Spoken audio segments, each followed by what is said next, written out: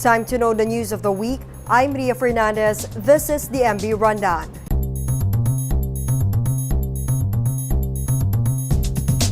It's all systems go for the 2019 midterm polls. COMELEC spokesperson James Jimenez said they are now in the middle of the final testing and sealing of 85,000 vote counting machines or VCMs. Jimenez also said that the delivery of election materials is almost 100% complete. The government is also in full force to secure the May 13 elections. President Duterte earlier ordered the police and military to assist COMELEC to ensure safe, fair, and honest polls.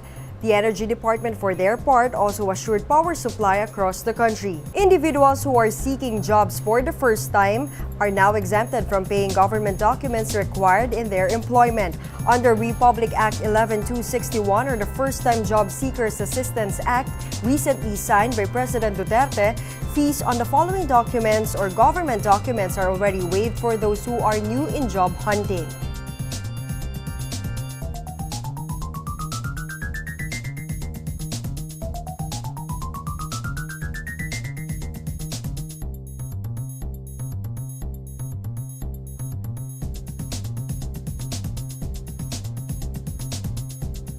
Applicants only need to secure a proof that they are first-time job seekers from their barangays to avail such privilege. Senator Joel Villanueva, principal author of the measure, cited that job applicants pay as much as 2,000 pesos for their employment requirements, including government-issued documents. The Metropolitan Manila Development Authority, or MMDA, temporarily suspended the dry run of the provincial bus ban along EDSA last Monday. But MMDA General Manager Jojo Garcia clarified that the provincial bus ban will still push through once the guidelines and implementing rules have been ironed out by the concerned agencies, including DOTR and LTFRB. Garcia added that they do not want the policy to be politicized, especially that elections is fast approaching. The provincial bus ban was the result of the Metro Manila Council's regulation revoking and canceling all business permits of provincial bus terminals and PUVs operating along EDSA for allegedly contributing to the worsening traffic congestion in the major thoroughfare. They say mothers are the guiding light at home, but what makes them one? This report. Mama, mommy, nanay, or even momshi. Whatever you call them, it only means one thing: mother, the home's guiding light. This Mother's Day, we asked people what makes mothers and how important are they. Mahalaga po siya sa akin kasi po kahit na po ako paluin, mahal na mahal niya rin po rin. Mahal na mahal ko rin naman po siya. Sobrang mahalaga. Kung tawagin nga nila ilaw ng tahanan, hindi mo kumbaga kulang yung bahay pag walang liwanag. Napakalaki. Kung wala siya, buwang ako. Tsaka, sa isang tahanan, napaka-important ang ilaw ng tahanan. Dahil ito, kung sakali pag-uwi ko, nag-aasikaso yung mga pag-uwi ng mga anak ko.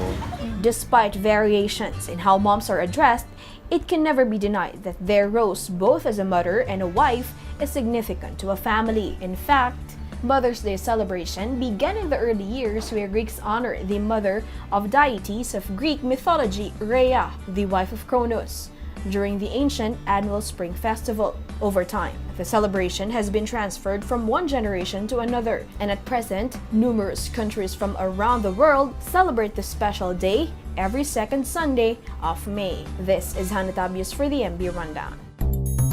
It's a boy. The Duke and Duchess of Sussex finally welcomed their firstborn early morning Tuesday local time. The seventh-in-line newborn royal baby named Archie Harrison Mountbatten Windsor weighed 7 pounds and 3 ounces. The new parents could barely contain their happiness while introducing their son to the world. It's magic. It's pretty amazing, and I have the two best guys in the world, so I'm really happy. We're just so thrilled to have our own little bundle of joy and be able to spend some precious times with him as he slowly starts to grow up. The newborn boy will be the 8th great-grandchild of Queen Elizabeth II and Prince Philip. He's the first multiracial baby in the recent history of British monarchy. Prince Harry expressed his gratitude to the expectant crowd who showed their love and support to his wife Meghan Markle for the birth of their son. Meanwhile, these are the other top news of the week. Two Reuters journalists imprisoned for their critical reporting on military abuses on Rohingya Muslims in Rakhine State. Myanmar were finally freed in a mass presidential pardon on Tuesday local time. Walon and Cho So-u were arrested in December 17 last year and was accused of possessing illegal documents violating Myanmar's colonial-era Official Secrets Act. Their case drew global condemnation that pushed for massive calls for press freedom. The holy month of Ramadan for Muslims around the world has begun on Monday. Most Arab nations observe that event through a mandatory fasting from dawn to dusk to fulfill one of the 5 pillars of Islam. Muslims immerse themselves in reading the Quran and praying during this period. The Integrated Bar of the Philippines, or IBP, has turned down the request of Peter Jomel Advincula to provide free legal assistance for him amid death threats in his life. Advincula, who introduces himself as Bicoy, made a request after announcing that he will file a complaint against those individuals allegedly involved in the illegal drug trade in the country, including presidential son Paulo Duterte and senatorial candidate Bongo. Bicoy is the hooded man behind the now viral videos, claiming that he used to keep the financial dealings of drug syndicates in the country. Let's take a quick recap of the MB rundown for today, May 10. Commission on Elections says it's all systems go for the May 13 midterm polls. First-time job seekers may now avail one-time use of waived fees for government-issued employment requirements. MMDA suspends dry run of provincial bus ban in EDSA to iron out guidelines and implementing rules. Families honor their home's guiding light this Mother's Day. And Prince Harry and Meghan Markle welcome their royal baby boy. And that's the MB Rundown. I'm Ria Fernandez.